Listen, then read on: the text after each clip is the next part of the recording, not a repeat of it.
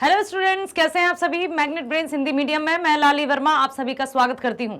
साथ ही साथ आशा भी है कि आप सभी स्वस्थ होंगे, खुश होंगे। प्रिय विद्यार्थियों, जैसा कि हम अपनी पाठ्य पुस्तक दिगंत भाग 1 के 4 पाठ पूरे कर चुके हैं और आज मैं लेकर आई हूं 5वां पाठ। और ये आशा भी करती हूं कि आप सभी ने चारों पाठ बहुत अच्छे से देख लिए होंगे, जो मैग्नेट ब्रेन्स के माध्यम से आप सभी को प्रोवाइड किए जा रहे हैं। आपको पता ही है कि 7वीं से 12वीं तक की ऑनलाइन स्कूल एजुकेशन 100% फ्री है। तो बेटा आपको बने रहना है हमारे साथ, वीडियोस देखना है, लाइक करना है, सब्सक्राइब करना है और अधिक से अधिक शेयर करना है, ताकि आपके सभी फ्रेंड्स भी ऑनलाइन एजुकेशन मतलब बेस्ट ऑनलाइन एजुकेशन का लाभ ले सकें। आइए शुरू करते हैं। 5वां पाठ नाम है चलचित्र। हाँ, लिखा है सत्यजीत राय जी ने। अब चलचित्र क्या है, इसका जवाब तो आपको इस वीडियो में ही मिलेगा। तो आपको बने रहना है मेरे साथ शुरू से लेकर अंत तक और बहुत ध्यानपूर्वक। यहाँ पर मनोरंजन का खजाना है ये, तो इसमें बिल्कुल आपको मेरे साथ बने रहना है। आइए चलते हैं। सबसे पहले हम जानते हैं लेखक परिचय, अर्थात सत्यजीत रे या सत्यजीत राय का जन्म कब हुआ, कहाँ हुआ, देखते हैं। यहाँ पर आप देख भी सकते हैं कि सत्यजीत रे या सत्यजीत राय जी अपने बड़े से कैमरे के साथ यहाँ पर आपको नजर आ रहे हैं। तो कौन थे, क्या थे, आइए देखते हैं। सत्यजीत राय जी का जन्म हुआ सन 1921। कब हुआ बेटा? 1921 में आपका जन्म हुआ और निधन 1992। जन्म स्थान 100 गढ़पर रोड, दक्षिणी कोलकाता, पश्चिमी बंगाल। ठीक है। माता पिता सुप्रभा राय एवं सुकुमार राय।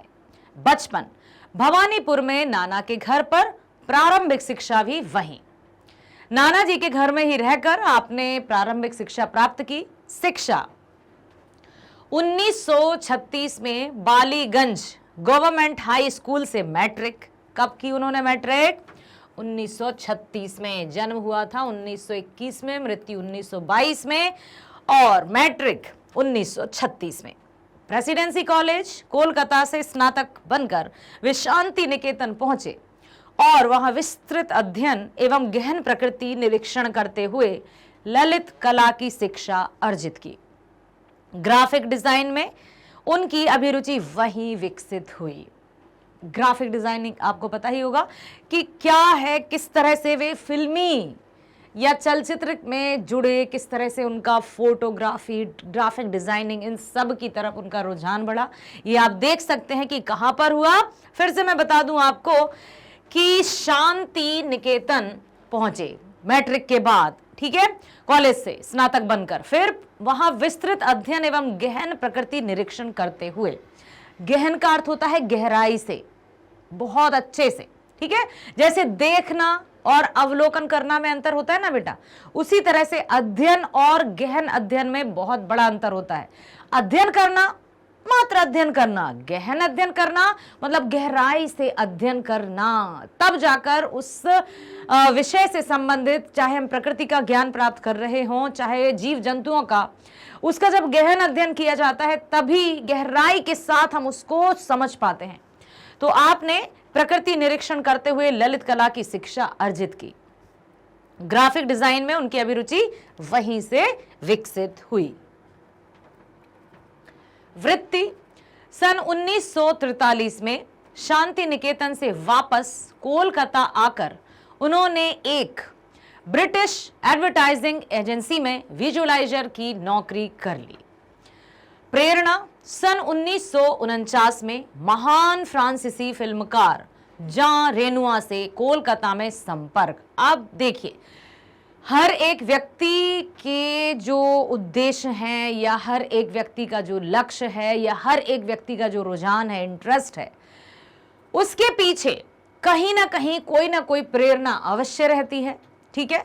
तो यहां पर आपका चलचित्र या कला, ललित कला से जुड़ने के पीछे कैसे मन में उनके में आया कि मैं इस क्षेत्र में जाऊं या इस फील्ड में जाऊं, तो उनकी प्रेरणा कौन रहे? सन 1949 में, देखो 1949 में फ्रांसीसी फिल्मकार जॉन रेनुआ से कोलकाता में संपर्क हुआ और जब संपर्क हुआ तो उनसे वे प्रभावित हुए। रेनुआ ने ही उन्हें फिल्म बनाने के लिए प्रोत्साहित भी किया। अब जो फ्रांसीसी फिल्मकार थे, फिल्म मेकर थे, फिल्मकार मतलब फिल्म बनाने वाले, तो उन्होंने सत्यजीत जी को प्रेरित किया कि तुम्हें भी फिल्म बनानी चाहिए। अभिरुचि क्या है उनका इंटरेस्ट? फिल्म निर्माण एवं निर्देशन, संगीत, चित्रकला, फोटोग्राफी, पत्रकारिता एवं साहित्य लेखन। क्या बात है। हम क्या सोचते थे कि सत्यजीत राय जी केवल फिल्म निर्माता ही थे। अब देखो यहां पर कि फिल्म निर्माण मतलब फिल्म निर्माता के साथ साथ निर्देशक भी, ठीक है। संगीत, चित्रकला, फोटोग्राफी, पत्रकारिता, साहित्य लेखन, बच्चों के लिए विशेष कार्य, ये सब सत्यजीत जी की अभिरुचियां रही हैं। सम्मान, विश्व सिनेमा के सर्वश्रेष्ठ सम्मान ऑस्कर पुरस्कार से सम्मानित। जो विश्व सिनेमा है उसका सर्वश्रेष्ठ जो पुरस्कार होता है वो ऑस्कर होता है, ऑस्कर अवार्ड। तो इससे भी सत्यजीत जी हो चुके हैं सम्मानित। सिनेमा, साहित्य एवं चित्रकला के क्षेत्र में असाधारण योगदान के लिए भारत रत्न से भी सम्मानित। सर्वोच्च सम्मान भारत रत्न। अब भारत रत्न प्राप्त हो चुका है, अब इसके बाद हम इनका क्या परिचय दें? परिचय के मोहताज नहीं हैं ये। तो हमें ये पता होना चाहिए कि जिसके बारे में आज हम पढ़ने जा रहे हैं वो कौन है, कितनी बड़ी हस्ती है। और साथ ही साथ हम प्रेरित होंगे, हमें गर्व महसूस होगा कि आज हम सत्यजीत राय जी से जुड़ी कुछ खास बातों को, उनके जीवन से जुड़ी कुछ ऐसे पहलुओं को जानने जा रहे हैं जो हमारे जीवन में भी बहुत अधिक हमें प्रेरित भी करेंगे, लाभदायक भी होंगे। तो अब देखिए, भारत रत्न से सम्मानित, अनेक बंगला, राष्ट्रीय एवं अंतर्राष्ट्रीय पुरस्कारों से सम्मानित। अब यहां पर लिख दिया है अनेक, गिनती भी नहीं की जा सकती कि कौन कौन से सम्मान प्राप्त हुए आपको। इसलिए यहां पर ऑस्कर पुरस्कार सबसे बड़ा, फिल्मी सिनेमा का जो रहता है, फिल्मी जगत का सर्वश्रेष्ठ पुरस्कार, साथ ही साथ भारत का सर्वोच्च सम्मान भारत रत्न भी सत्यजीत जी को प्राप्त हो चुका है। तो अन्य सम्मान का नाम लिखने की यहां आवश्यकता ही महसूस नहीं होती। तो आशा है मुझे कि हो सकता है आपने पहले भी सत्यजीत जी के बारे में पढ़ा हो, लेकिन संभवतः इतनी गहराई से तो नहीं पढ़ा होगा। प्रमुख कृतियां, फिल्में बांग्ला भाषा में बनाई, पथेर पांचाली, अपराजितो, जलसाघर, अपुर संसार, कंचनजंगा, महानगर, चारुलता, नायक, गोपी गायन, बाघा बायन, अरण्येर दिन रात्रि, प्रतिद्वंद्वी, सीमाबद्धो, जन अरण्य, घरे बाहिरे, आगंतुक आदि आपकी फिल्में हैं। कौन सी भाषा की? बंगला भाषा की। ये सभी, जैसे पथेर पांचाली का भी मैं बता दूंगी थोड़ा थोड़ा कि ये सारी जो फिल्मों के नाम आप यहाँ पर देख रहे हैं, ये सभी, कंचनजंगा, महानगर, ये सब आपकी अरण्येर दिन रात्रि, प्रतिद्वंदी, सीमाबद्धो, जन अरण्य, घरे बाहरे, आगंतुक, ये आपकी बंगला फिल्में हैं, बंगला भाषा में बनाई हैं। ठीक है, अब हिंदी की देख लेते हैं। शतरंज के खिलाड़ी और सदगति। अब बेटा ये शतरंज के खिलाड़ी बताए क्या है? प्रेमचंद जी की रचना है। शतरंज के खिलाड़ी प्रेमचंद जी की रचना है और इसी पर सत्यजीत राय जी ने फिल्म बनाई है। तो ये एक ऐसा सवाल है जो बड़े बड़े, आई थिंक ये केबीसी में भी पूछा गया था कि सत्यजीत राय की ऐसी, मतलब प्रेमचंद जी की कौन सी कहानी पर सत्यजीत राय जी ने फिल्म बनाई है। तो ये आपको याद रखना होगा। इस तरह के प्रश्न कॉम्पिटिटिव एग्जाम्स या जो प्रतियोगी परीक्षाएं होती हैं उनमें भी पूछ लिए जाते हैं। और सदगति, तो हिंदी में आपकी फिल्म दो ही हैं। साहित्य, हिंदी अनुवाद, प्रोफेसर शंकु के कारनामे, जहांगीर की स्वर्ण मुद्रा, कुछ कहानियां, कुछ और कहानियां, कथा साहित्य, चलचित्र, कल और आज, निबंध आदि। हिंदी अनुवाद यदि किया जाए तो साहित्य में भी आपका अतुलनीय योगदान रहा है। ना केवल फिल्मी दुनिया से आपका संबंध रहा है बल्कि साहित्य से भी आपका योगदान रहा है। तभी तो पाठ्यक्रम में आपका जो पूरा जीवन परिचय के साथ साथ आपकी रचना को शामिल किया गया है। अब हम चलते हैं जो हमारे 5वें पाठ का शीर्षक है चलचित्र। अब एक बात मैं आपसे पूछती हूं बेटा कि चलचित्र, ठीक है, शब्द है भाई चलचित्र, तो आप चल से क्या समझते हो और चित्र से क्या समझते हो? बताओ, चल क्या है और चित्र क्या है? चलचित्र बना है ना, ऐसे ही चलचित्र बना है चल धन चित्र से, तो चल क्या है और चित्र क्या है? चल मतलब जो चल सके, है ना, जो गतिमान हो सके, जो, हाँ बिल्कुल, जो मतलब मूवमेंट कर सके, ठीक है। और चित्र क्या है? छवि, इमेज। तो चलचित्र मतलब सिनेमा, जहां पर सब कुछ हमें एक स्क्रीन पर दिखाई देता है चलते हुए। क्योंकि सबसे पहले आलम आरा एक फिल्म थी जो शायद 1931 में रिलीज हुई थी। आलम आरा पहली बोलती फिल्म, उससे पहले मूक फिल्में चलती थी, बोलने की टेक्नोलॉजी नहीं आई थी। फिर धीरे धीरे सन 1931 ही है शायद, और उसमें आलम आरा पहली बोलती फिल्म बनी थी। पहले सिर्फ क्या होते थे, चित्रों को जैसे मान लीजिए बहुत से चित्र बनाकर उनको एनिमेटेड कर दिया जाता, और बार बार जैसे यहाँ कोई खड़ा है, ठीक है, यहाँ कोई व्यक्ति खड़ा है और अब वो बैठ गया तो बैठा हुआ चित्र ले लेंगे, खड़ा हुआ चित्र ले लेंगे, उनको जल्दी जल्दी जल्दी जल्दी स्पीडली। जैसे मान लो हम किसी डायरी में एक, ऐसा आपने देखा होगा ना, आप वो तारे जमीन पर मूवी देखी है क्या आपने? तारे जमीन पर, जिसमें वो जो बेटा रहता है ना, जो स्कूल जाता है, उसका नाम अभी मुझे याद नहीं है, तो उसने डायरी में बताया था कि कैसे उसके माता पिता का हाथ उससे छूटता हुआ, जब डायरी के पन्नों को तेज तेज हम ऐसे मतलब नेक्स्ट पेज की तरफ ले जाते हैं तो वो चित्र किस तरह से चला जाता है। ऐसे ही पहले फिल्मों का निर्माण हुआ था, बहुत सारी छवियों या बहुत सारी इमेजेस को चलाया जाता था। पहले कोई ऐसा नहीं था कि व्यक्तियों को वहां पर दिखाया जाए, ये संभव नहीं था। धीरे धीरे फिर सिनेमा ने बोलना सीखा, फिर सिनेमा ने चलना सीखा, और फिर आ गया चलचित्र।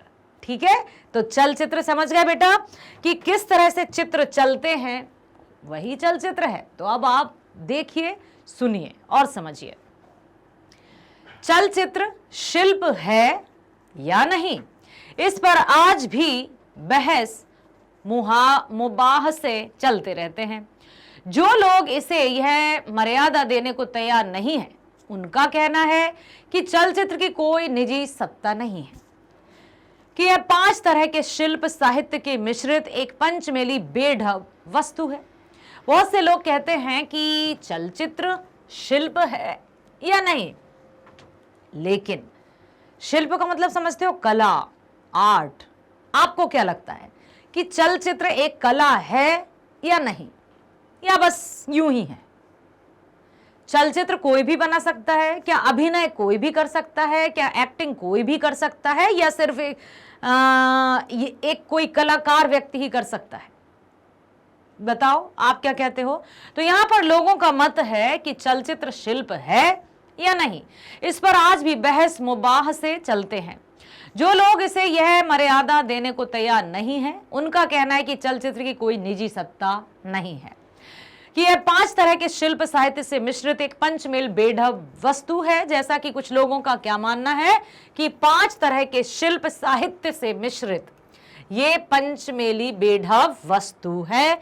ऐसा कुछ लोगों का मानना है कि चलचित्र कुछ नहीं, चलचित्र पंचमेली बेढब वस्तु है जो 5 शिल्पों और 5 शिल्प साहित्य से मिलकर बनी है। इसका अपना कोई अस्तित्व नहीं है। यदि 5 शिल्प साहित्य में से एक भी कोई कम हो जाएगा तो इसका अपना कोई अस्तित्व नहीं है।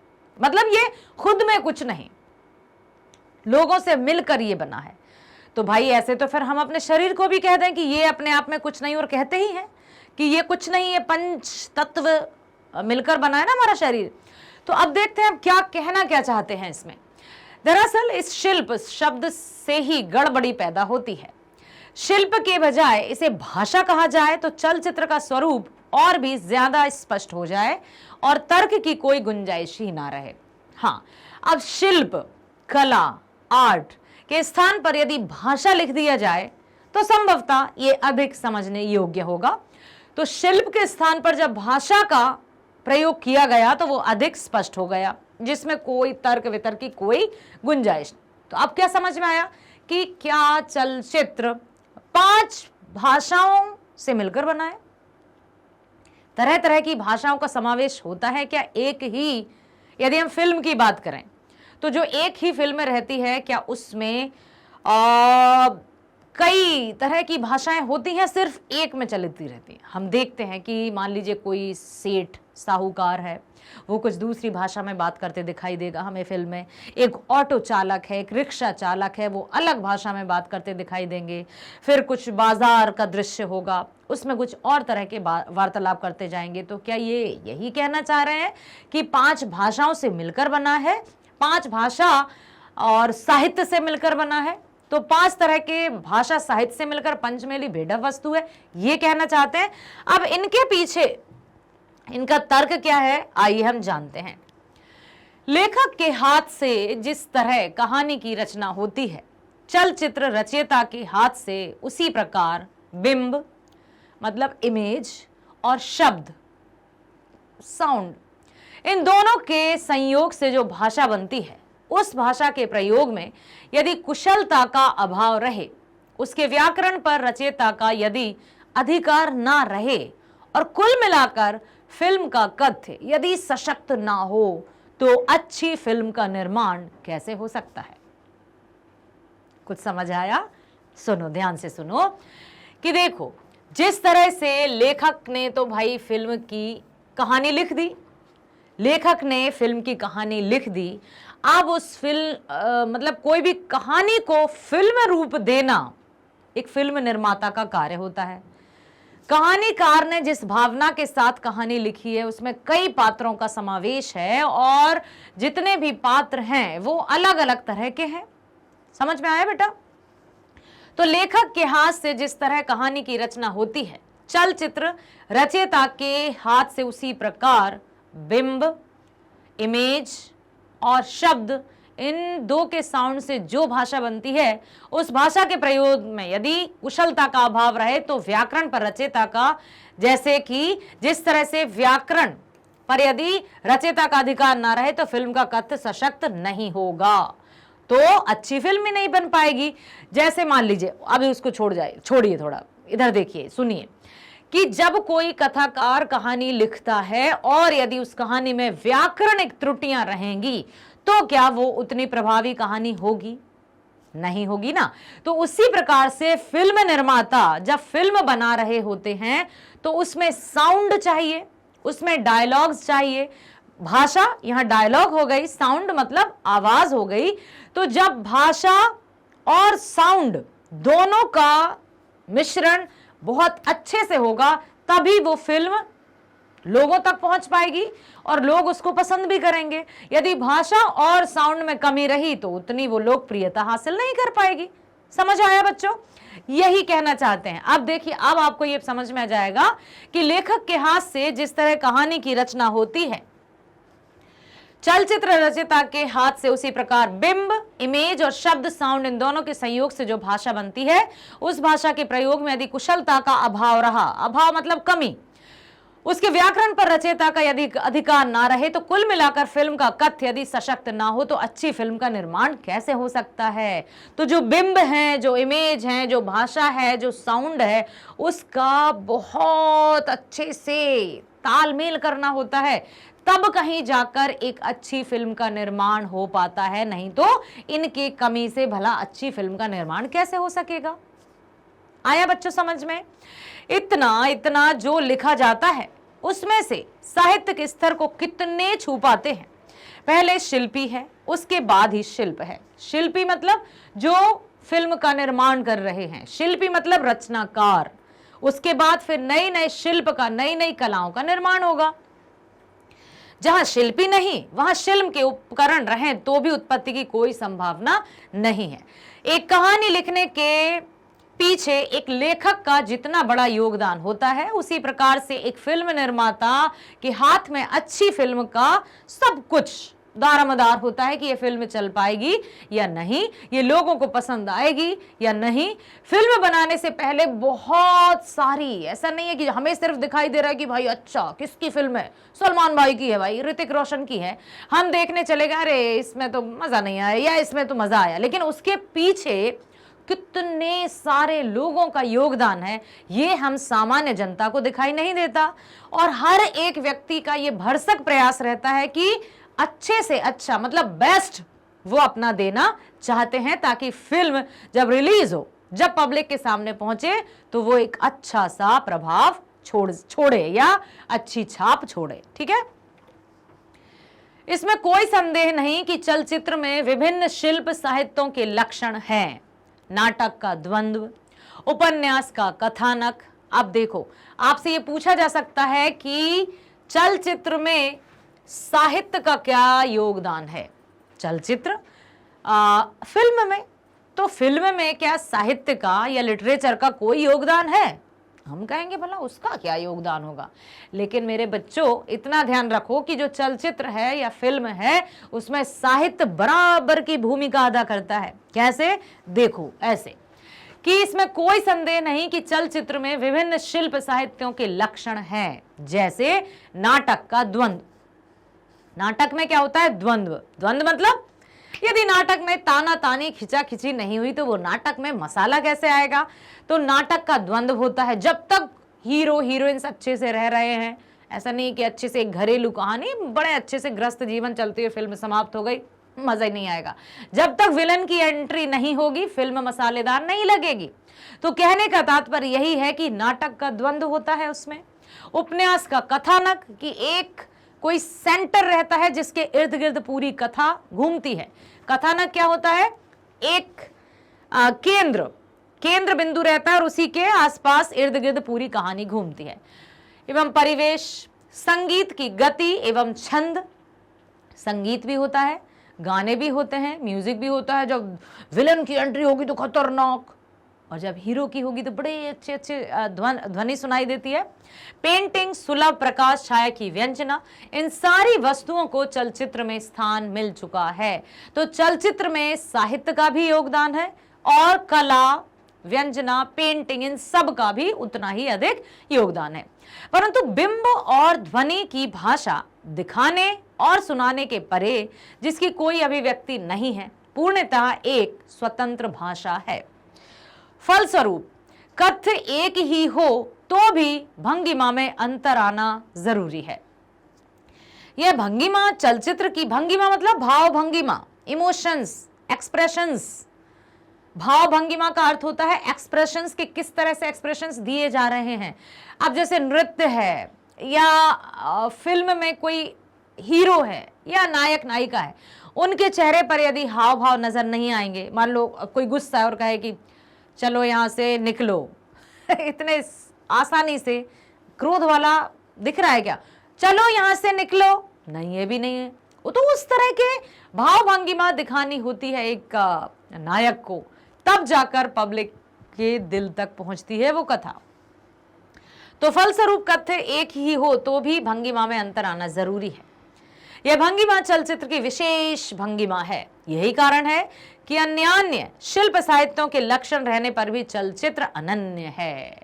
तभी तो साहित्य हो या कहानियां हो, नाटक हो, उपन्यास हो, इन सब से अलग है चलचित्र।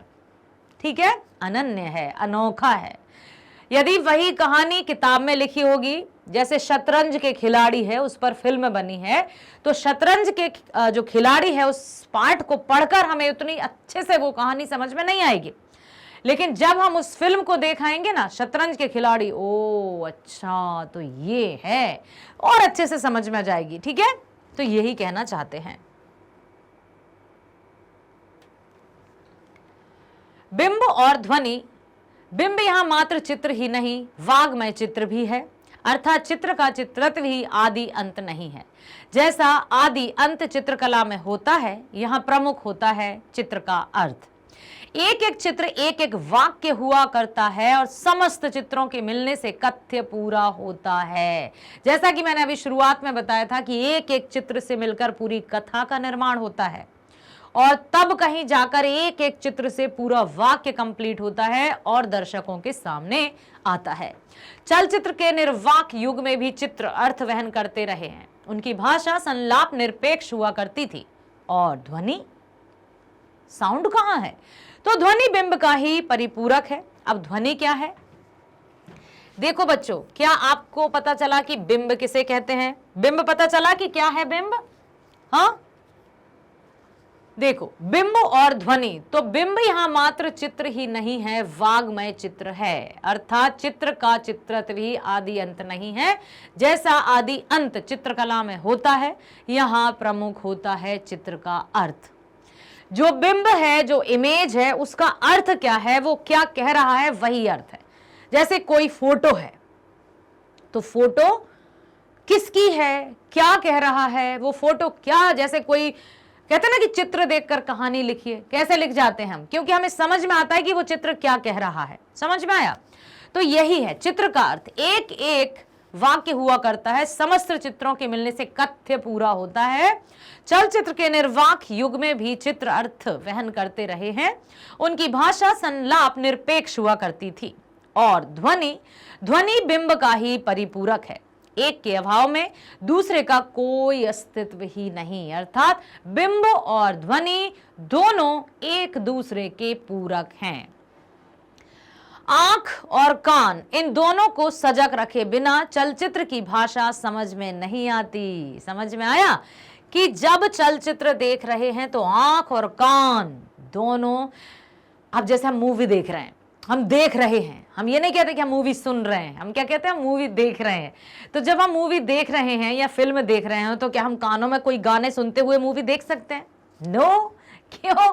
क्योंकि जो हम देख रहे हैं वो हमें सुनाई भी देना चाहिए, तब जाकर हमें वो फिल्म या चलचित्र या कोई भी कहानी समझ में आएगी।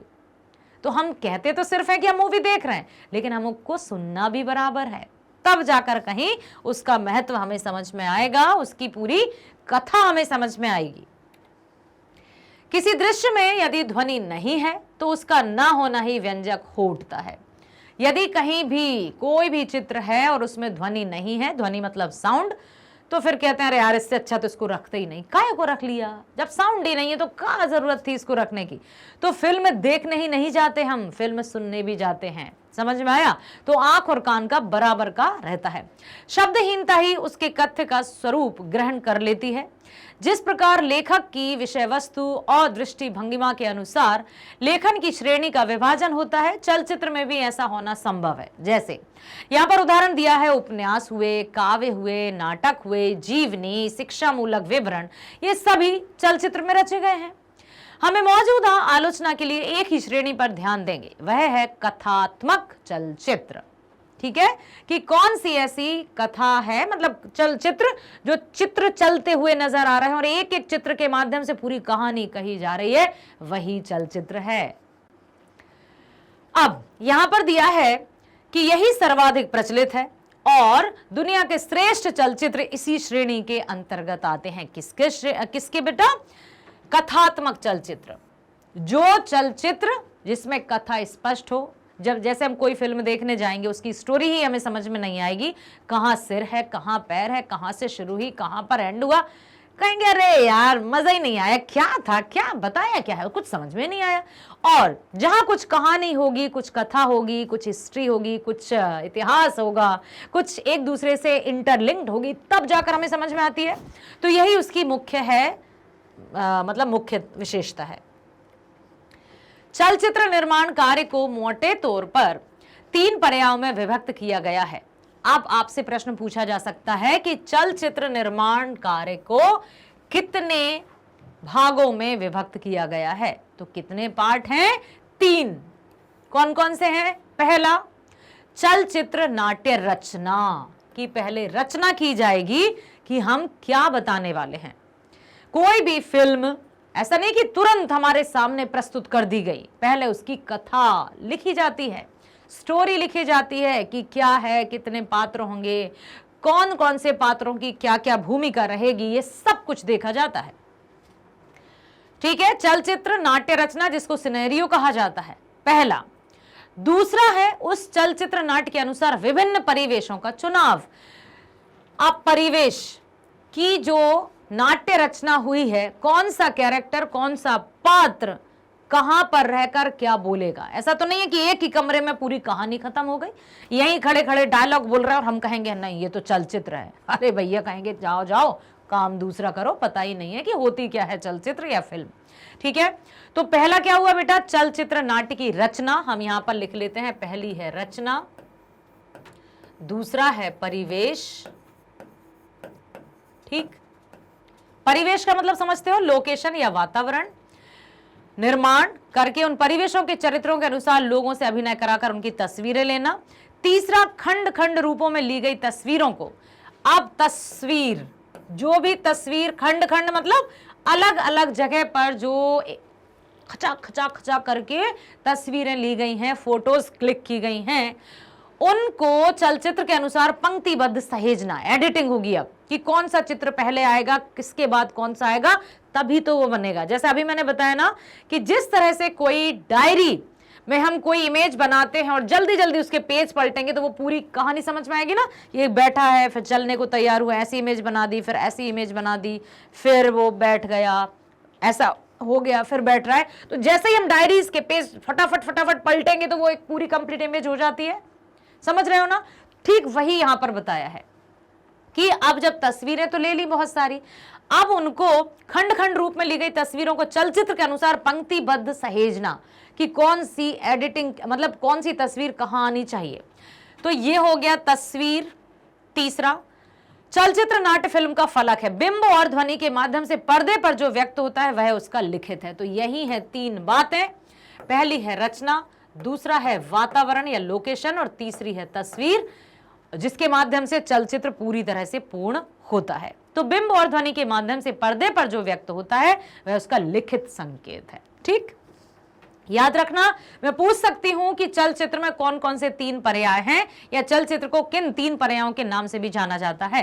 तो रचना, परिवेश, तस्वीर। ठीक, इसी फलक को अवलंबन बनाकर चलचित्र के रंगकर्मी समुदाय निर्देशक के निर्देशन पर संवेद रूप में काम कर चलचित्र को सावयव और सजीव बनाते हैं। इसीलिए चलचित्र नाट्य अवहेलना की वस्तु नहीं। इससे यदि दोष रह जाए तो चलचित्र के अंग सौष्ठव पर उसका प्रतिफलन निश्चय ही होगा। निर्देशन चाहे कितना ही कुशल क्यों ना हो, चलचित्र नाट्य श्रेष्ठ होने पर भी निश्चिंतता के साथ बैठा नहीं जा सकता, क्योंकि दुर्बल निर्देशन के फलस्वरूप वह नष्ट हो सकता है। चलचित्र नाट्य के कारण कार्य के अतिरिक्त अन्य सभी कार्यों में यंत्रों का प्रयोग अनिवार्य होता है। यंत्र, इंस्ट्रूमेंट्स, बिना यंत्रों के चलचित्र का निर्माण संभव नहीं। ठीक है, हम कहें कि नहीं भाई सिर्फ कॉपी और पेन से चलचित्र बन जाएंगे तो वो चलचित्र नहीं कहलाएंगे, वो सिर्फ क्या कहलाएंगी, पेंटिंग्स। ठीक है, तो यहां पर उन्होंने ये भी बताया है कि यंत्रों का प्रयोग अनिवार्य है, कंपलसरी है। चलचित्र पूर्णतः यंत्र युग की भाषा है। आपसे पूछा जाए कि चलचित्र किसकी भाषा है, तो चलचित्र पूर्णतः यंत्र युग की भाषा है। यह बात बेझिझक कही जा सकती है कि कैमरा नामक यंत्र का यदि आविष्कार नहीं हुआ होता तो इस भाषा का सृजन ही नहीं हो पाता। यदि कैमरा नहीं होता तो चलचित्र भी नहीं होते। तो कैमरा नामक जो यंत्र है वो बड़ा अब यहां आप और हमारा जो कनेक्शन है, हम और आप जो एक दूसरे से मिल रहे हैं, एक दूसरे से कांटेक्ट में है, किसके माध्यम से, हाँ सोशल मीडिया है और कैमरा है। यदि कैमरा हमारे बीच में भी नहीं होता तो हम भी एक दूसरे को कुछ अपने जो विचार हैं वो आदान प्रदान नहीं कर पाते।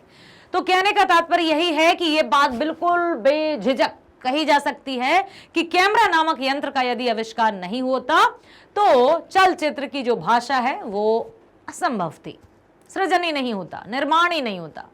और चित्र की भाषा से ध्वनि की भाषा का संयोग सवाक युग में जो संभव हो सका है, इसका कारण है शब्द यंत्र, साउंड रिकॉर्डिंग मशीन का आविष्कार। अब कैमरा तो हो गया, यदि साउंड रिकॉर्डिंग मशीन नहीं होती तब क्या होते? फिर तो कैमरा सिर्फ फोटो तो खींच सकता है, लेकिन आवाज कैसे आएगी? इसके लिए साउंड रिकॉर्डिंग मशीन, शब्द यंत्र, उसका होना जरूरी था।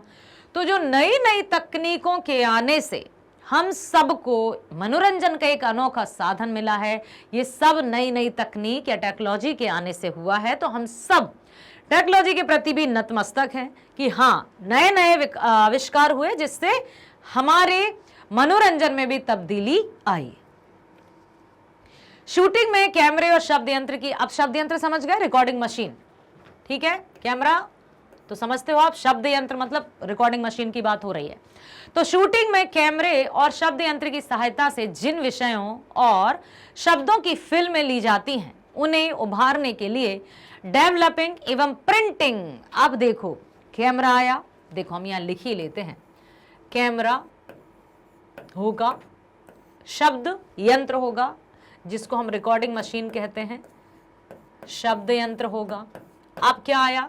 अब यहां पर दे रहे हैं कि जो भी हमने पिक्चर्स ले ली, खींच ली, अब क्या होगा? उन्हें उभारने के लिए डेवलपिंग एवं प्रिंटिंग प्रयोगशाला की भी तो आवश्यकता है, नहीं तो कैसे लोगों के सामने आएगी? तो इस डेवलपिंग एवं प्रिंटिंग प्रयोगशाला के समस्त यंत्रों से सहायता लेनी पड़ती है।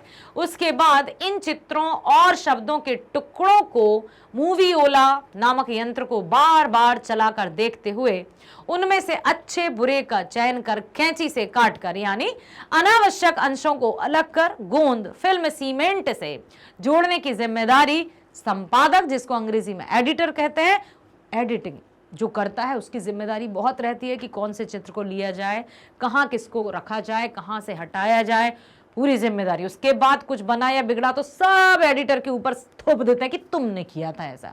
तो जो ये जिम्मेदारी रहती है एडिटर की, वो बड़ी रहती है, ठीक है। हमारे सामने तो आ गया, सिर्फ हमने उसमें कमियां निकाल दी और चले गए, लेकिन उसके पीछे बहुत सारा कार्य रहता है। सबसे अंत में पार्श्व संगीत या बैकग्राउंड म्यूजिक का कार्य संपन्न किया जाता है। अब जब संगीत नहीं होगा तो फिल्म कैसी लगेगी? शून्य सी। आ रहे हैं, हीरो आ रहा है, विलन आ रहा है, जंगल है, जानवरों ने हमला किया है, कोई संगीत नहीं क्या उतना प्रभावी लगेगा? यदि म्यूजिक नहीं होगा, संगीत नहीं होगा, तो क्या उतना प्रभावी लग पाएगा? नहीं लग पाएगा, ठीक है। तो जो बैकग्राउंड म्यूजिक रहता है, पार्श्व संगीत जो रहता है, उसका संपन्न किया जाता है कार्य। वाद्य यंत्रों के कार्यों को शब्द यंत्र में ग्रहण कर री रिकॉर्डिंग यंत्र में अन्यान्य शब्द संलाप इत्यादि से तारतम्य रखते हुए मिलाने का जटिल अध्याय जब समाप्त हो जाता है, तो उसके बाद ही यंत्रों के हाथ से मुक्ति मिलती है। आप इमेजेस ले ली, रिकॉर्डिंग कर ली, सब कुछ कर लिया, अब साउंड, बैकग्राउंड म्यूजिक, अब उसकी आइडेंटिटी करना है कि कौन से साउंड को कहां लगाया जाए। ये भी बड़ी कलाकारी है। कहना ना होगा कि इसके पीछे जो रंगकर्मी होते हैं, ठीक है, यदि उनमें शिल्प बोध और शिल्प विवेचन के गुण ना हो तो यह भी शिल्प के लिए बाधक साबित होता है। तो हर एक व्यक्ति कलाकार है, चाहे वो लेखक हो, चाहे एडिटर हो, चाहे कैमरामैन हो, सभी व्यक्ति अपनी अपनी कला में निपुण हैं। तब जाकर कोई, जैसे मैं यदि हमारी बात करूं, हमारा वीडियो आप देख पा रहे हैं तो इसके पीछे हमारे कैमरामैन हैं जो बड़ी ही मेहनत और चतुराई के साथ रिकॉर्डिंग करते हैं, उसके बाद बड़े अच्छे से उसको आपके समक्ष प्रस्तुत किया जाता है। तो उनकी कला सराहनीय है। तो इसी प्रकार से कोई भी चलचित्र या कोई भी मूवी आती है तो वो बड़ा जिम्मेदारी के साथ कार्य किया जाता है। यदि वे नहीं होंगे, उनमें कार्य कुशलता नहीं होगी, तो सब टाइम फिश हो जाता है, ठीक है।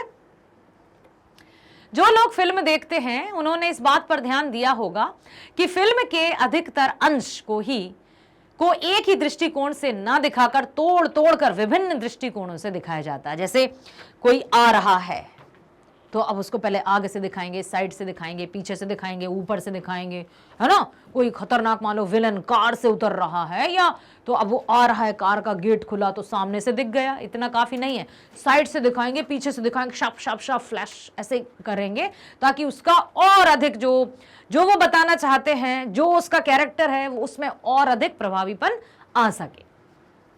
तो जो लोग फिल्म देखते हैं उन्होंने इस बात पर ध्यान दिया होगा कि फिल्म के अधिकतर अंश को एक ही दृष्टिकोण से नहीं दिखाया जाता, बल्कि तोड़ तोड़कर विभिन्न दृष्टिकोणों से दिखाया जाता है।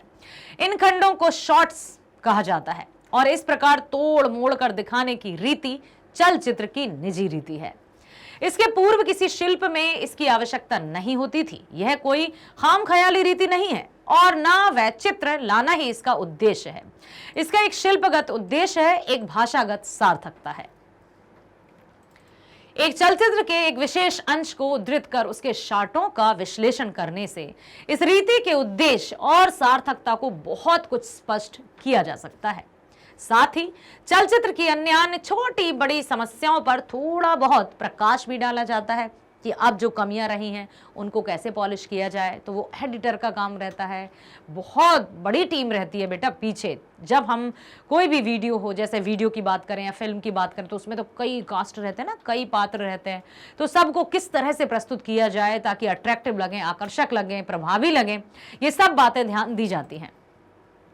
कहना ना होगा कि इस उदाहरण से किसी ऐसे तत्व का पता नहीं चल सकता जिसका व्यापक पैमाने पर प्रयोग किया जा सके। अन्य शिल्पों की तरह चलचित्रों की भी कोई थ्योरी या फॉर्मूला नहीं है जो अव्यर्थ साबित हो। अर्थात जो भी शुरू से लेकर कैमरे से फोटो खींचने से लेकर साउंड रिकॉर्डिंग से लेकर जो रहता है आपका, क्या कहते हैं उसको, हाँ प्ले जो है ना, म्यूजिक रहता है, साउंड, उसमें संगीत, पार्श्व संगीत जो रहता है उसके पीछे, तो ये सब बातें कहीं भी कुछ ऐसा नहीं लगती कि यार ये नहीं होती तो फिल्म चल जाती। किसी एक के अभाव में भी फिल्म उतनी प्रभावी नहीं लगेगी। अर्थात हर एक की वैल्यू समान होती है, हर एक का जो मूल्य है वो समान है। कहानी के अनुसार, निर्देशक के व्यक्तित्व के अनुसार चलचित्रों की रीति में परिवर्तन आना स्वाभाविक है। जैसे एक लेखक ने कहानी लिखकर निर्माता को दे दी, अब निर्माता अपने तरीके से उसको सोचेगा कौन सा कहानी का मुख्य पात्र किसे होना चाहिए। फिर उनके मस्तिष्क में बहुत सारे हीरोज घूमते हैं कि ये अच्छे से निभा पाएगा, अजय देवगन आएंगे, ऋतिक आएंगे, सलमान आएंगे, कौन ये भूमिका निभा पाएगा, है ना, बहुत सारे ऐसे नाम हैं। तो फिर वो उसको कहते हैं कि हाँ इसको ये कलाकार अच्छे से निभा पाएंगे। फिर हीरोइन कौन होगी, साइड रोल वाले कौन होंगे, विलन कौन होगा, हर एक की भूमिका अहम होती है। रिक्शा चालक, ऑटो चालक, हर किसी को नहीं बना देंगे, ठीक है। तो कहानी के अनुसार, निर्देशक के व्यक्तित्व के अनुसार चलचित्रों की रीति में परिवर्तन आना स्वाभाविक है। एक ही कहानी का कोई भी एक दृश्य विभिन्न निर्देशकों की भाषा प्रयोग की भिन्नता के कारण भिन्न भिन्न स्वरूप ग्रहण कर लेगा। यह बात कहने की कोई जरूरत नहीं है कि कैसा, कहां, लेकिन जहां कहीं भी जाएगा सबकी भाषा में कुछ अलगाव नजर आएगा।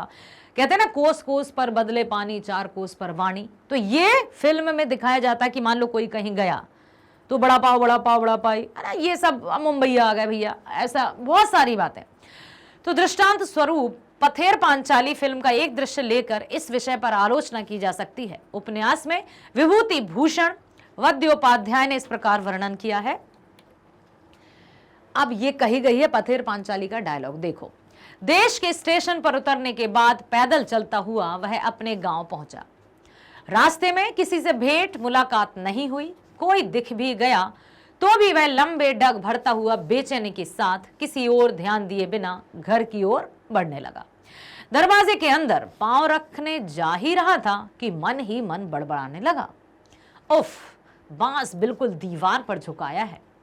भुवन चाचा इसे कटवाते नहीं, भारी मुसीबत है। उसके बाद आंगन में पहुंचकर अभ्यासवश प्यार भरे स्वर में पुकारा, दुर्गा बिटिया, अप्पू, ऐसे, ठीक है। उसके गले की आवाज सुनकर सर्वजया कमरे से बाहर निकल आई। हरिहर ने मुस्कुराकर पूछा, घर पर कुशल है ना? ये लोग कहां चले गए, घर पर नहीं है क्या? सर्वजया ने शांत भाव से आगे बढ़कर पति के हाथ की भारी गठरी लेकर उसे नीचे रख दिया और बोली, आओ कमरे के अंदर चलें, आओ। पत्नी की गतिविधि में अदृश्यपूर्ण शांति भाव पाकर भी हरिहर के मन में किसी तरह का संदेह नहीं जगा। उसकी कल्पना का स्रोत तब उद्दाम वेग से दूसरी ही ओर दौड़ लगा रहा था। अभी अभी लड़की और लड़का दोनों दौड़ते हुए आएंगे। वो सोच रहा था कि मतलब जो अपने तरीके के जो दृष्टिकोण होते हैं ना, हर एक व्यक्ति को उसी तरह से देखने लगते हैं। मतलब कहने का कि जो जैसा व्यक्ति होता है ना, सामने वाले को वैसा ही देखता है। यथा दृष्टि तथा सृष्टि। अब पत्नी शांत थी, फिर भी नहीं अनुमान लगाए कि क्या है क्या नहीं, बस वो यही अनुमान लगा रहा था कि अभी उसका जो लड़का और लड़की है वो दौड़ते हुए आएंगे।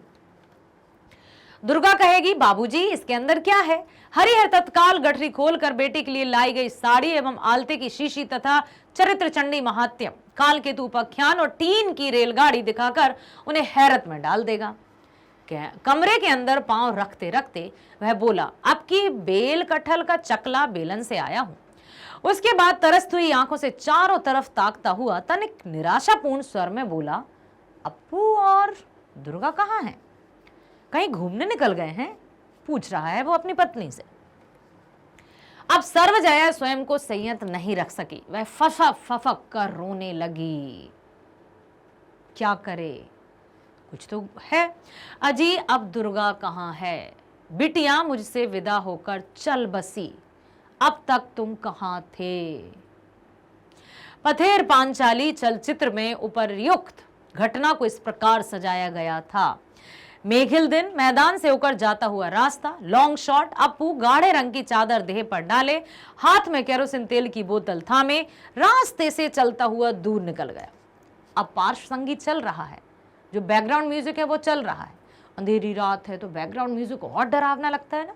तो जिस तरह का दृश्य दर्शाया जाता है, दिखाया जाता है, बैकग्राउंड म्यूजिक भी उसी तरह का ऐड किया जाता है। मेघिल दिन इंदिर ठकुरानी का ओसारा क्लोजअप। चूल्हे पर चढ़ी हांडी में चावल पक रहा है। उबला हुआ मांड उफन उफर कर हांडी के मुंह से बाहर तक चला आता है। हांडी का ढक्कन ऊपर नीचे हो रहा है। ये सब भी बताई जा रही है धीरे धीरे कि ये सब हो क्या रहा है। Tilt up. सर्वजया का चेहरा, दाहिने हाथ पर ढूंढी टिकाए वह घुटनों के बल बैठी है, दृष्टि उदास निष्पलक। पार्श्व संगीत चल रहा है। जब कोई उदास होगा, जिसका बच्चा या बेटी चला गया है हमेशा के लिए, तो किस तरह का म्यूजिक रहेगा, किस तरह का पार्श्व संगीत या बैकग्राउंड म्यूजिक रहेगा, उसका भी विशेष ख्याल रखा जाता है। मेघिल दिन सर्वजया के घर का आंगन, मिड शॉट। आंगन के दरवाजे से एक 10-12 साल की लड़की बिन्नी अंदर आती है। उसके हाथ में सब्जी की टोकरी है। वह सर्वजया के ओसारे के नजदीक, बेटा ओसारा मतलब आंगन टाइप, जैसे हम नहीं कहते कि बरांडा या बालकनी टाइप ऐसा, तो वह सर्वजया के ओसारे के नजदीक जाकर खड़ी हुई। सर्वजया दिखाई नहीं पड़ती है। बिन्नी, नहीं ताई जी। मेघिल दिन आंगन से हम इंदर के ओसारे की ओर देख रहे हैं। Mid shot. बिन्नी दाहिनी और अग्रभूमि फॉरग्राउंड पर कैमरे की ओर पीठ किए खड़ी है। सर्वजया दूर बाईं ओर बिन्नी की ओर पीठ किए उसी तरह बैठी है। बिन्नी, नहीं ताई जी। सर्वजया निरुत्तर बैठी रही। उसने 2 बार आवाज दी, फिर भी वो चुपचाप बैठी है। बिन्नी, माँ ने यह सब भेजा है, लीजिए यहां रख रही हूं। बिन्नी हाथ की टोकरी आंगन में रखती है। मेघिल दिन क्लोज शॉट। बिन्नी टोकरी रखकर सर्वजया की ओर ताकती हुई दरवाजे की तरफ पीछे सरकने लगती है। पार्श्व संगीत फेड आउट कर जाता है, डिसॉल्व टू। ठीक है, मतलब पूरी तरह से जो जैसा सीन है, जो जैसा दृश्य है, उसके अनुसार बैकग्राउंड म्यूजिक रहता है। तब जाकर उसकी जो भाव है या इमोशंस हैं वो दर्शकों तक पहुंच पाते हैं। ठीक है, समझ में आ रहा है बेटा? मेघिल दिन हरिहर के पैतृक मकान के पीछे की ओर की बंसवारी, लॉन्ग टॉप शॉट। दूर से दिखाई पड़ता है कि हरिहर आ रहा है। हरिहर, अप्पू। मेघिल दिन इंदर का ओसारा, क्लोजअप। क्लोजअप मतलब पास से दिखाया जा रहा है। हरिहर के गले की आवाज सुनकर सर्वजया की प्रतिक्रिया, उसका हाथ गाल से जरा सा सरकता है। शंख की चूड़ी खिसक कर तनिक नीचे चली आई। मेघिल दिन हरिहर के पैतृक मकान की दक्षिणी दीवार के निकट, मिड शॉट। हरिहर आकर ठिठक कर खड़ा हो जाता है। आम की एक डाली गिरने के कारण दीवार का थोड़ा सा हिस्सा टूटकर गिर गया है। हरिहर, स्वागत। इस और कुछ दिनों तक धीरज नहीं रख सके। हरिहर डाली फांद कर आगे बढ़ता है, साथ ही साथ कैमरा भी पेन करता है। हरिहर आगे बढ़कर मकान की ओर मुखातिब होकर अपने कोठे की ओर ताकता है। उसके बाद आंगन के दरवाजे की ओर तस्वीर सीमा रेखा के परे चला जाता है। कैमरा अब पेन नहीं करता है। टूटी दीवार के पीछे खटाल में गाय पागुर कर रही है, ऐसे हिलडुल रही है। उसके पीछे हरिहर का ओसारा है। नेपथ्य मतलब, नेपथ्य जानते हो, जैसे कोई नाटक चल रहा है तो साज सज्जा का स्थान, जहां पर लोग तैयार होते हैं, पर्दे के पीछे मतलब जो मंच रहता है उसके पीछे जहां पर सजा जाता है, साज सज्जा का कार्य किया जाता है, उसको नेपथ्य कहा जाता है। तो नेपथ्य में हरिहर के द्वारा दरवाजा खोलने और अंदर आने की आवाज। कुछ देर के बाद हरिहर लौंग में दिखाई पड़ा। वह अपने ओसारे के सामने पहुंच गया है। वह उद्विग्नता के साथ इधर उधर ताकता है। हरिहर उद्विग्न स्वर में, मुन्ना, दुर्गा। सर्वजय हरिहर की बगल से सीढ़ियां चढ़ती ओसारे पर आती है। हरिहर, ओह तुम हो? सर्वजय, ओह। हरिहर सीढ़ियां चढ़ने लगता है। हरिहर का ओसारा मिड शॉट। हरिहर सीढ़ियां तय कर अपने हाथ की टीन की अटैची, केस और गठरी फर्श पर रखता है। उसके बाद अपने हाथों की कलाइयों को रगड़कर धोती के कोर से पोंछने लगा। कैसी हो? सर्वजय ने हरिहर के लिए पांव धोने का पानी लोटे से झारी में डाला। उसके बाद कमरे से एक एक कर खड़ाऊं, पीड़ा, अंगूछा लाकर झारी के पास रख गई। हरिहर, ये लोग कहीं घूमने निकल गए हैं। सर्वजय बिना कुछ बोले सीढ़ी की ओर बढ़ जाती है। हरिहर उसके कंधे पर हाथ रखकर उसे रोकता है। हरिहर, यह क्या? कहां जा रही हो? जो जो चीजें ले आया हूं उन्हें एक एक बार देख तो आओ। सर्वजय रुकती है। हरिहर घुटनों के बल बैठकर गठरी की गांठ खोलने लगता है। मेघिल दिन। हरिहर का ओसारा मिड क्लोज। सर्वजय अग्रभूमि में कैमरे की तरफ मुड़कर खड़ी है। उसके पीछे हरिहर शॉट, ओसारे पर बैठा गठरी खोल रहा है। हरिहर, पहले आना संभव होता तो मैं आता नहीं। बाप रे, कम चक्कर लगाना पड़ता है। अंत में जब विष्णु पर पहुंचा तो भाग्य ने साथ दिया। इसलिए है, देखो, चड़क के मेले से तुमने लक्ष्मी का पट लाने को कहा था ना, शीशे से मड़वा कर लाया हूं। और यह कटल की लकड़ी की चीज है, चकला बेलन। रखकर हरिहर एक धारीदार साड़ी सर्वजय की ओर बढ़ाता है। हरिहर, और यह देखो, जो भी सामान वो लेकर आया था वो सर्वजय को दिखाता है। मेघल दिन। क्लोजअप, दुर्गा की धारीदार साड़ी। हरिहर नेपथ्य से, दुर्गा के लिए कैसी? सर्वजय साड़ी को कसकर पकड़ती है। साड़ी के साथ उसका हाथ ऊपर उठता है। कैमरा उसके हाथ से टिल्ट अप करता है। सर्वजय का चेहरा रुलाई के आवेग से विकृत हो उठता है। दांतों से साड़ी को काट कर रोती हुई वह बैठ जाती है।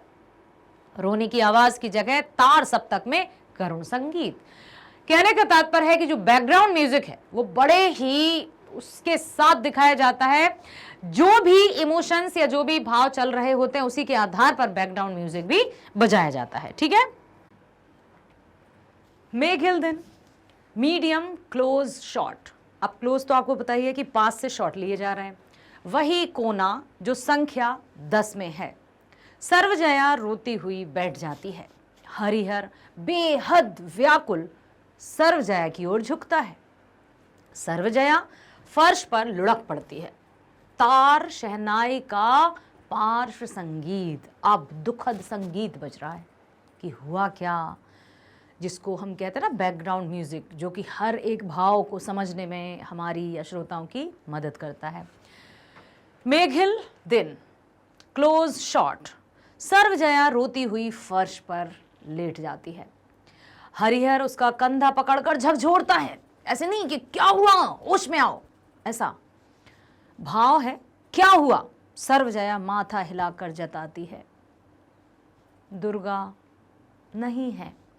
कैमरा ट्रक फॉरवर्ड कर हरिहर के चेहरे की ओर जाता है। तुरंत जैसे ही उसने कहा कि दुर्गा नहीं है, तुरंत कैमरा हरिहर के चेहरे पर फोकस करता है, उसके भाव दिखाने के लिए कि अब उसके रिएक्शंस क्या होंगी, प्रतिक्रिया क्या होगी।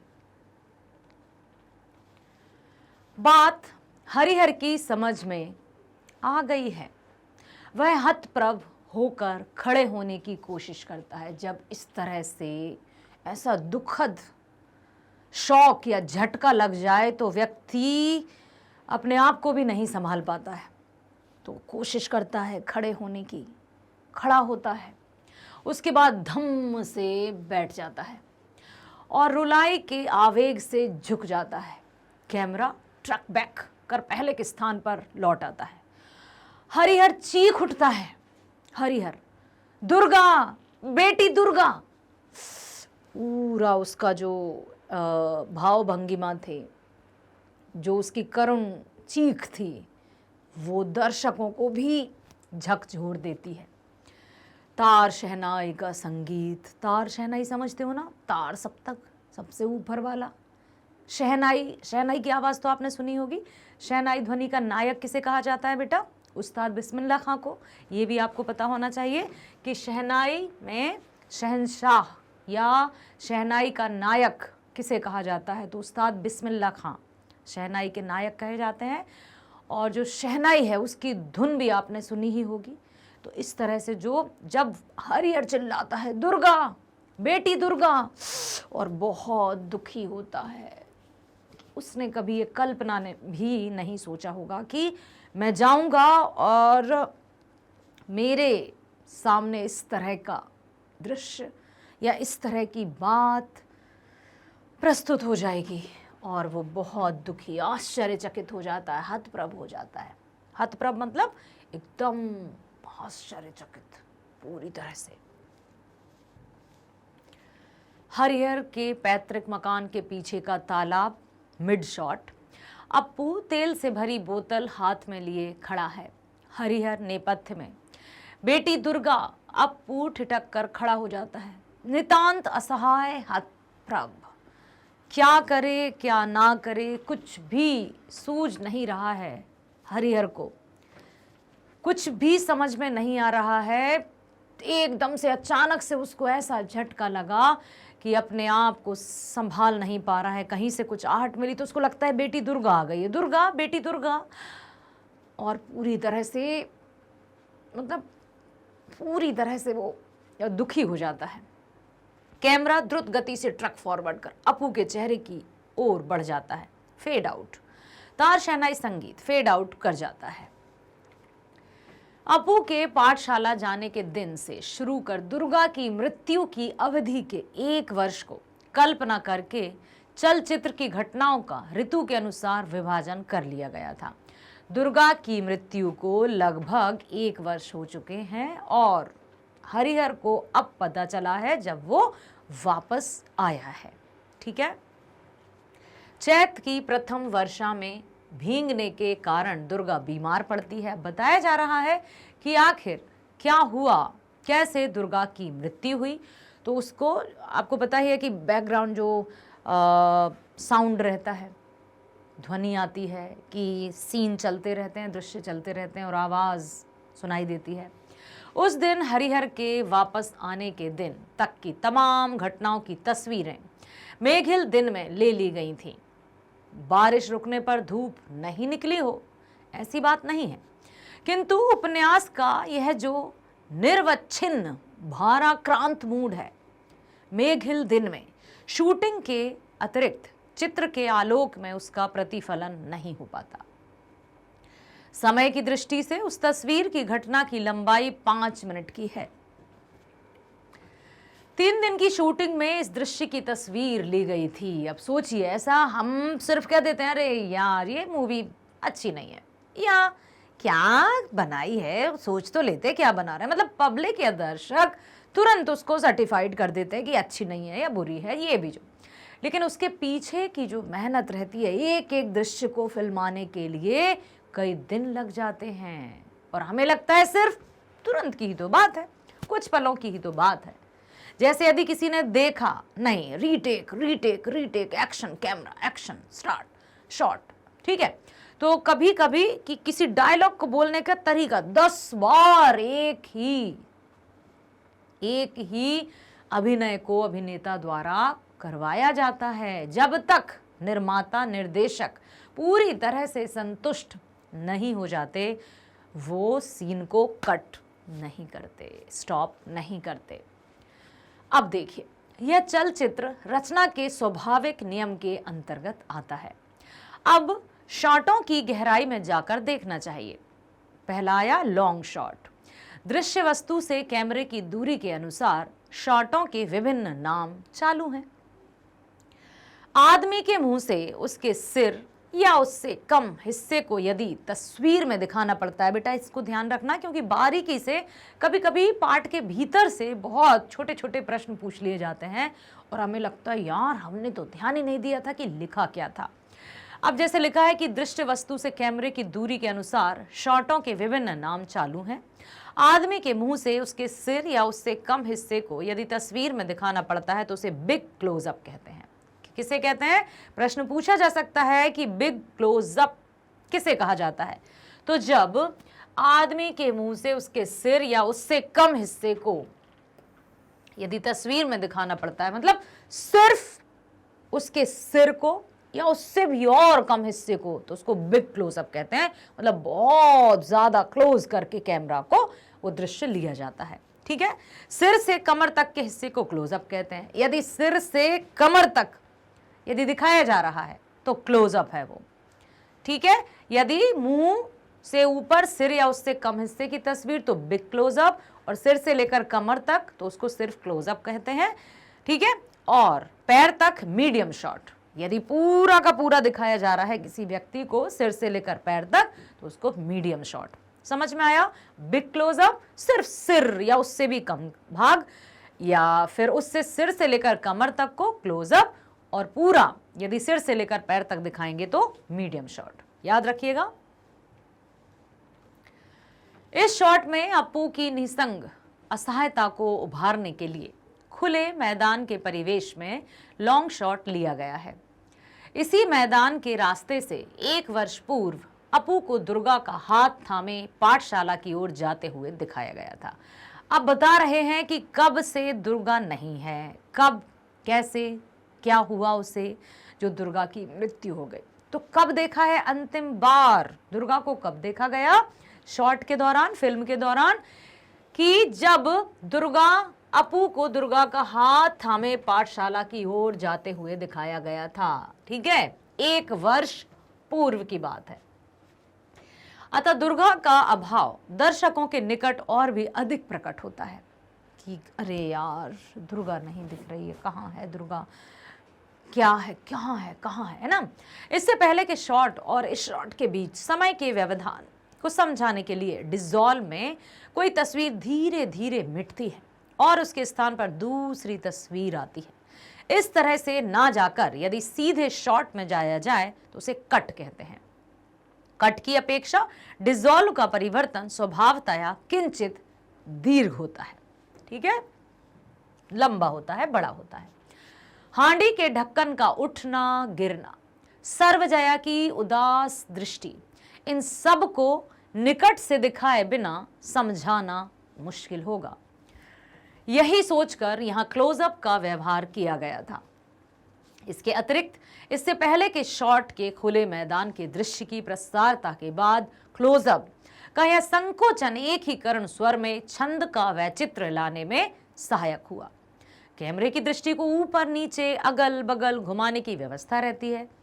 जब भी, जैसे हम नहीं कि भाई अरे फोटो खींच लिया, इधर का खींच लिया, ठीक है, चलचित्र में बहुत समय लगता है। पहले तो बेटा पता है आपको, सालों लग जाते थे एक ही फिल्म बनाने में। जैसे पाथेर पांचाली की हम बात करें तो शायद उसको 2 या 3 वर्ष लगे थे पूर्ण होने में। और तभी हुआ क्या था, उसके बारे में आपको थोड़ी सी जानकारी दे दूं कि एक कुत्ता था, कुत्ता मर गया, उसकी जगह दूसरा कुत्ता लाया गया। फिर सीन को या दृश्य को फिल्माने में जो वो फूल थे वो मुरझा गए, मौसम चला गया। फिर उस मौसम के आने की प्रतीक्षा की गई, उन फूलों के आने की प्रतीक्षा की गई, तब जाकर वो शॉट कंप्लीट हुआ। तो बहुत समय लगता था पहले। इतना जो आजकल हम देखते हैं कृत्रिमता, आर्टिफिशियल जो भी बगीचे हैं, गार्डन है, को कुछ भी, सब कुछ एनिमेटेड चल जाता है आजकल तो। लेकिन पहले ऐसा नहीं था। एक एक दृश्य को फिल्माने में महीनों लग जाते थे, महीनों, सालों। कैमरे की दृष्टि को ऊपर नीचे या अगल बगल घुमाने की व्यवस्था रहती है। पहले को टिल्टिंग और दूसरे को पेनिंग कहते हैं। अब देखो, जब कैमरे को ऊपर नीचे अगल बगल, पहले को ऊपर नीचे यदि घुमाया जा रहा है तो क्या कहेंगे, टिल्टिंग, और दूसरे को पेनिंग। इस शॉट से ढक्कन से दबे उबलते चावल से सर्वजया के रुद्ध और शोक दग्ध मन की उपमा देने का सुयोग प्राप्त हुआ। कि जो चावल उबल रहे हैं, चावल का जो ढक्कन है वो गिर रहा है, ऊपर जा रहा है, तो इससे सर्वजया के मन की व्यथा को प्रस्तुत किया है कि उसका मन भी, बेचारी का मन जो है डवाडोल हो रहा है, वो पूरी तरह से दुखी है और वो ये कहने की हिम्मत नहीं जता पा रही है कि अब नहीं रही है दुर्गा। बिन्नी को इस दृश्य में लाने का उद्देश्य यही जताना था कि सर्वजया की पड़ोसियों ने दुर्दिन में सहायता की है।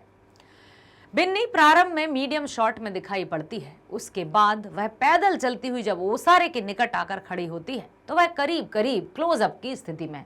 अब पता चल गया बिग क्लोजअप। जब बिग क्लोजअप की बात होगी तो सिर्फ दिखाई देगा, ठीक है।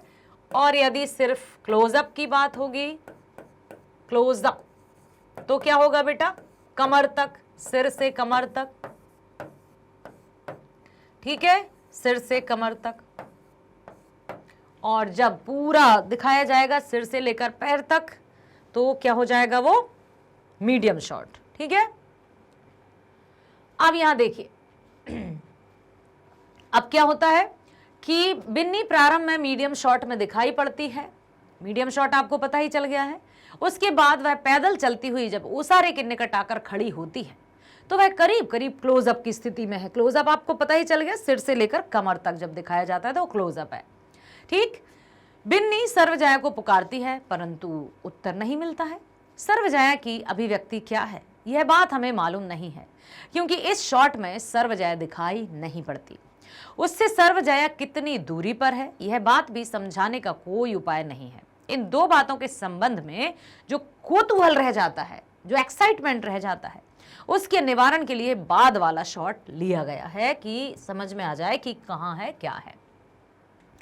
अब ये जब बिन्नी आती है तो इस शॉट में सर्वजया और बिन्नी का एक साथ टू शॉट दिखाना उनके पारस्परिक संबंध का सूचक है। जब दोनों को, कोई भी दो कैरेक्टर्स हैं, दो पात्र हैं और दोनों को साथ में दिखाया जाता है तो उनके पारस्परिक संबंध को, चाहे वो डिशम डिशम लड़ाई वाला हो, विलन या हीरो का सीन हो, या फिर पड़ोसियों का सीन हो, या माँ बेटे का सीन हो, जब 2, 3 या 4 जितने भी कैरेक्टर्स हैं साथ में उनको दिखाया जाता है तो वो होता है उनके ये टू शॉट्स। तो पारस्परिक संबंध का सूचक, दोनों के बीच यथेष्ट दूरी है। यथेष्ट मतलब कि यथा संभव, कि हाँ इतनी दूरी होना चाहिए, ना वो बहुत निकट है और ना ही बहुत दूर है, फिर भी दोनों को एक साथ दिखाना है। इसीलिए मीडियम लॉन्ग शॉट की आवश्यकता महसूस हुई, क्योंकि इतने पास नहीं थे, वो कुछ दूरी पर थे। बिन्नी की पुकार पर सर्वजया मौन है, कुछ बोली ही नहीं, जबकि बिन्नी उसको पुकार रही है। इससे उसके गंभीर शोक की अभिव्यक्ति मिलती है। इस शॉट में बिन्नी का चेहरा दिखता नहीं है, मगर हम यह जानने को उत्सुक हैं कि सर्वजया के इस अस्वाभाविक व्यवहार से बिन्नी के चेहरे पर कौन सा भाव भरता है। बिन्नी तो आ रही है ना उसको पुकारती हुई, लेकिन सर्वजया से कोई भी उत्तर नहीं मिलता। तो अब पब्लिक, दर्शक ये जानना चाहते हैं कि जब उत्तर नहीं मिला बिन्नी को तो बिन्नी के हाव भाव कैसे हैं। जैसे हम आपको बुला रहे हैं, ठीक है, हम पास में, हमें पता है कि आप वहां हो, अंदर हो, रूम में हो या दूरी पर, हम कहेंगे रोहित, ठीक है, कुछ भी कहेंगे हम कहेंगे जयश्री, जयश्री कहाँ हो। अब जयश्री कुछ जवाब ही नहीं दे रही है, तो हमारे हाव भाव कैसे होंगे, हमारे एक्सप्रेशंस कैसे होंगे, ये भी दर्शक देखना चाहेंगे ना। तो यहां पर यही दिया है कि गंभीर शोक की अभिव्यक्ति है। इस शॉट में बिन्नी का चेहरा दिखता नहीं है, मगर हम जानने को उत्सुक हैं कि सर्वजया के इस अस्वाभाविक व्यवहार से, अस्वाभाविक व्यवहार मतलब कि आखिर क्यों नहीं उत्तर दिया उसने।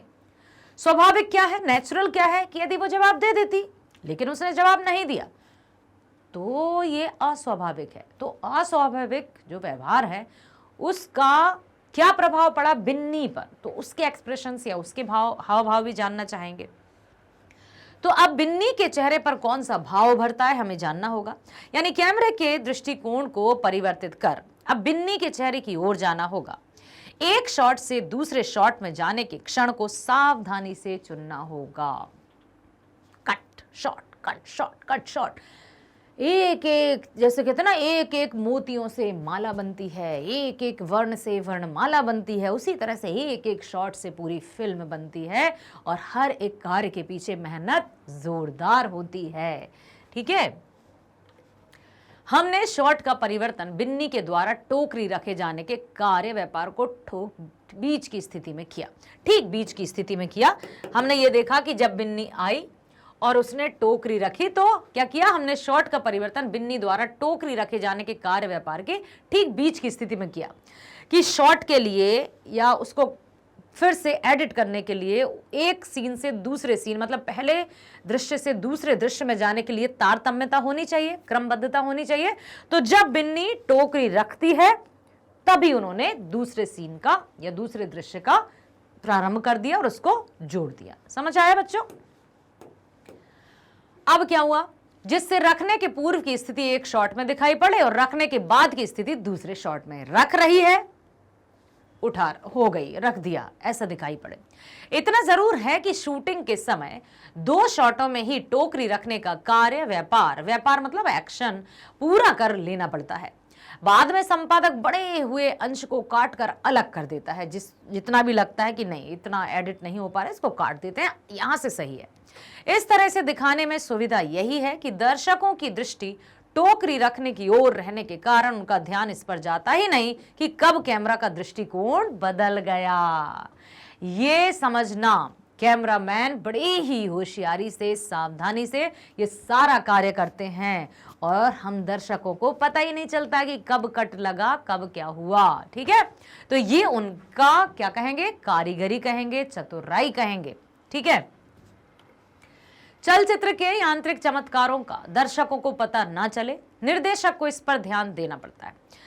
तो निर्देशकों को इस बात पर ध्यान देना पड़ता है। संपादन की जीवंतता इन चमत्कारों को छिपा कर रखने में बहुत बहुत सहायता करती है। जो एडिटर्स रहते हैं, जो संपादक रहते हैं, कब सीन को कट लगाना है, कब उसको ऐड करना है, इससे उनकी चतुराई दिखती है। बिन्नी की आंखों की दृष्टि और पीछे हटने की भंगिमा से हमारी समझ में यह बात आती है कि वह अवाक है। हो सकता है वह थोड़ी बहुत भयभीत भी हो गई हो। अवाक मतलब कुछ ना कहने की स्थिति। ठीक है, और हो सकता है वह थोड़ी भयभीत भी हो गई हो, थोड़ी डरी भी हो कि क्या हुआ, मैंने तो आवाज लगाई लेकिन मुझे उत्तर क्यों नहीं मिला। कुछ भी हो सकता है। इससे पहले के शॉट और इस शॉट के बीच एक और डिसॉल्व है। इस डिसॉल्व का अर्थ यही है कि बिन्नी के चले जाने के कुछ देर बाद दिखाई पड़ता है कि हरिहर आ रहा है।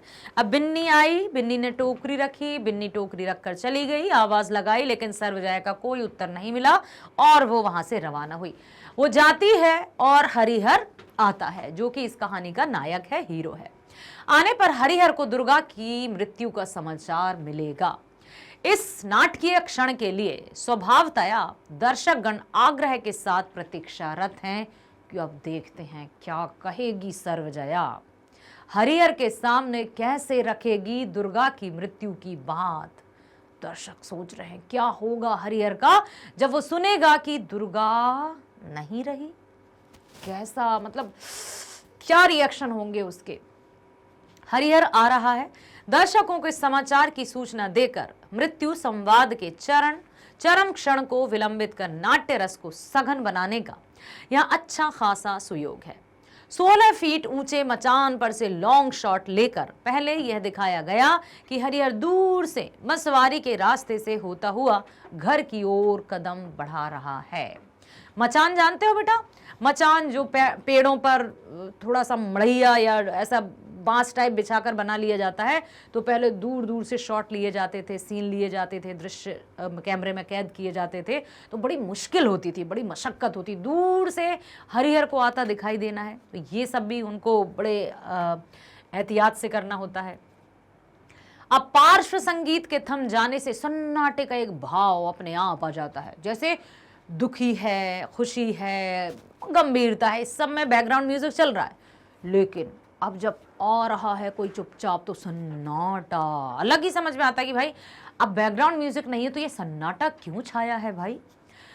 कहीं कोई आवाज नहीं, जैसे संपूर्ण प्रकृति ही सांस रोके चरम त्रासद क्षण की प्रतीक्षा में तल्लीन हो।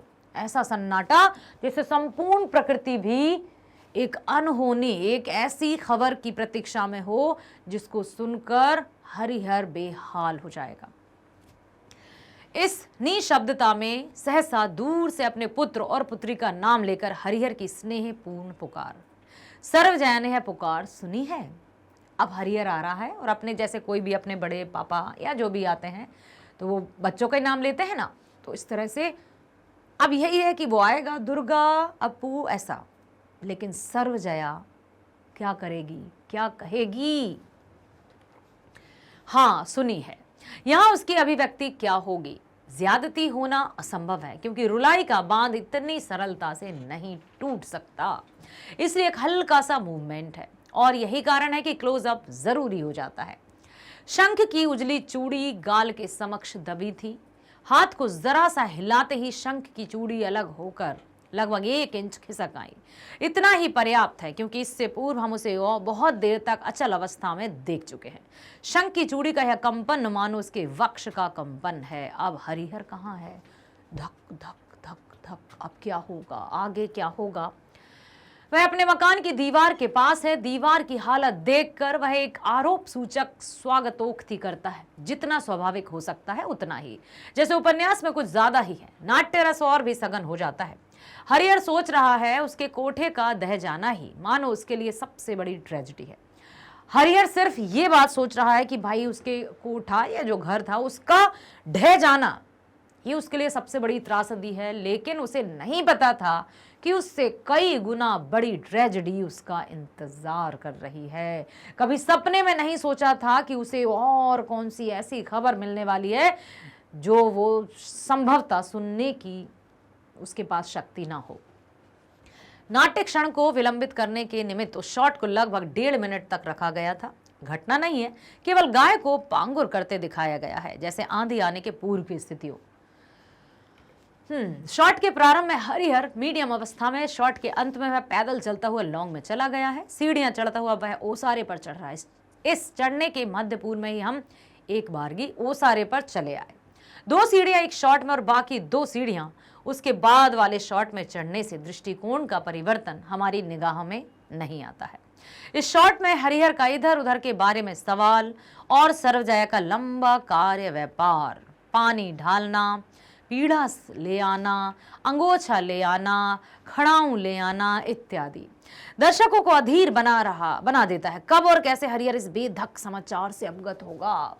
कैसे, कब, क्या होगा उसका एक्शन या व्यापार? कैसे सुनेगा, कैसे कहेगी सर्वजया उसकी बेटी के बारे में? हरिहर के गठरी खोलने के प्रारंभ में ही शॉट परिवर्तित हो जाता है। अब हम सर्वजया के चेहरे को सामने से देख रहे हैं, मगर अब भी क्लोजअप का समय नहीं आया है। हरिहर शुरू में दुर्गा की साड़ी नहीं दिखाता है। 2 चीजें दिखाने के बाद साड़ी है। पहले वो पोटली खोलेगा, 2 चीजें कुछ दिखाएगा, उसके बाद दुर्गा की साड़ी, यही तो क्लोजअप का समय है। अब जैसे ही वो दुर्गा की साड़ी दिखाएगा तो और क्लोजअप दिखाया जाएगा पूरा, कि अब देखिए दर्शक किस तरह से उस सीन से, उस दृश्य से जुड़ जाएंगे। हाँ, हरिहर दुर्गा के लिए साड़ी ले आया है। दुर्गा अब जीवित नहीं है। हरिहर इस बात को नहीं जानता है। वह हर्ष के साथ सर्वजया की ओर साड़ी बढ़ाता है। सर्वजया ने अब तक अपनी सहिष्णुता का बांध टूटने नहीं दिया। सहिष्णुता मतलब सहनशीलता, वो अभी तक नहीं कह पाई है हरिहर से कि दुर्गा अब नहीं रही। अब क्या वह उसे रोक सकती है? जो बांध उसने रोके रखा है वो कब तक आखिर रोके रहेगी? क्या अब वो अपने आप को नियंत्रित रख पाएगी? क्या अब वो रोक सकती है? रुलाई की आवाज में एक प्रकार की विभत्सता होती है, बहुत। उसका परिहार करने के उद्देश्य से दृश्य में स्वाभाविक स्वर की जगह तार शहनाई के तार सप्तक में पटदीप राग से एक करुण स्वर की अभियोजना की गई है। यह जैसे रुलाई में ही शामिल है। मुझे विश्वास है कि इससे करुण रस घनीभूत हो उठेगा। इस शॉट में संगीत के अतिरिक्त किसी भी आवाज को प्रयोग में नहीं लाया गया था। हरिहर की उपलब्धि के क्षण को रेखांकित करने के लिए कैमरे को आगे बढ़ाकर उसके चेहरे की ओर ले जाना पड़ा। हरिहर के शोकाकुल होते ही दृश्य का कथ्य करीब करीब अपनी अंतिम अवस्था में पहुंच जाता है, किंतु दृश्य का अंत यही करने के बजाय एक अतिरिक्त शॉट दिया गया है। अपू से दृश्य का प्रारंभ किया गया था, अपू से ही उसका अंत किया गया। यद्यपि यह शॉट अन्य शॉटों के बहुत बाद में लिया गया था, किंतु भाव से एकात्म होने के कारण एवं हरिहर के आर्तनाद का अपू के शॉट के ऊपर आकर अतिवाहित होने से यह शॉट अपने पहले शॉट से आंगिक रूप से जुड़ गया है। इस शॉट के अंत में फेड आउट का अर्थ है पूर्ण विराम। बिंब और ध्वनि, यहां पार्श्व संगीत धीरे धीरे लुप्त हो जाते हैं और कुछ देर तक अधिक अंधकार छाए रहने के बाद पुनः नए बिंब, नए परिच्छेद की शुरुआत होती है। तो मेरे बच्चों, इस तरह से चलचित्र होता है। हमें लगता है कि जो सीन दिख रहा है हम उसको नकार देते हैं, कहीं ग्रहण कर लेते हैं, अरे वाह मजा आ गया, कहीं कह रहे बकवास, ये वाले रिएक्शंस या फीडबैक भी हम लोग दे देते हैं। लेकिन हर एक कहानी, कथा, फिल्म, नाटक, जो भी कुछ कैमरे के बाद आपके सामने आ रहा है ना, उसके पीछे बहुत मेहनत है। और सिर्फ एक व्यक्ति की मेहनत नहीं है, अनगिनत लोग अपना पूरा पूरा सहयोग इसमें देते हैं, तब कहीं जाकर कैमरे की बात आपके समक्ष पहुंच पाती है, मतलब दर्शकों के पास।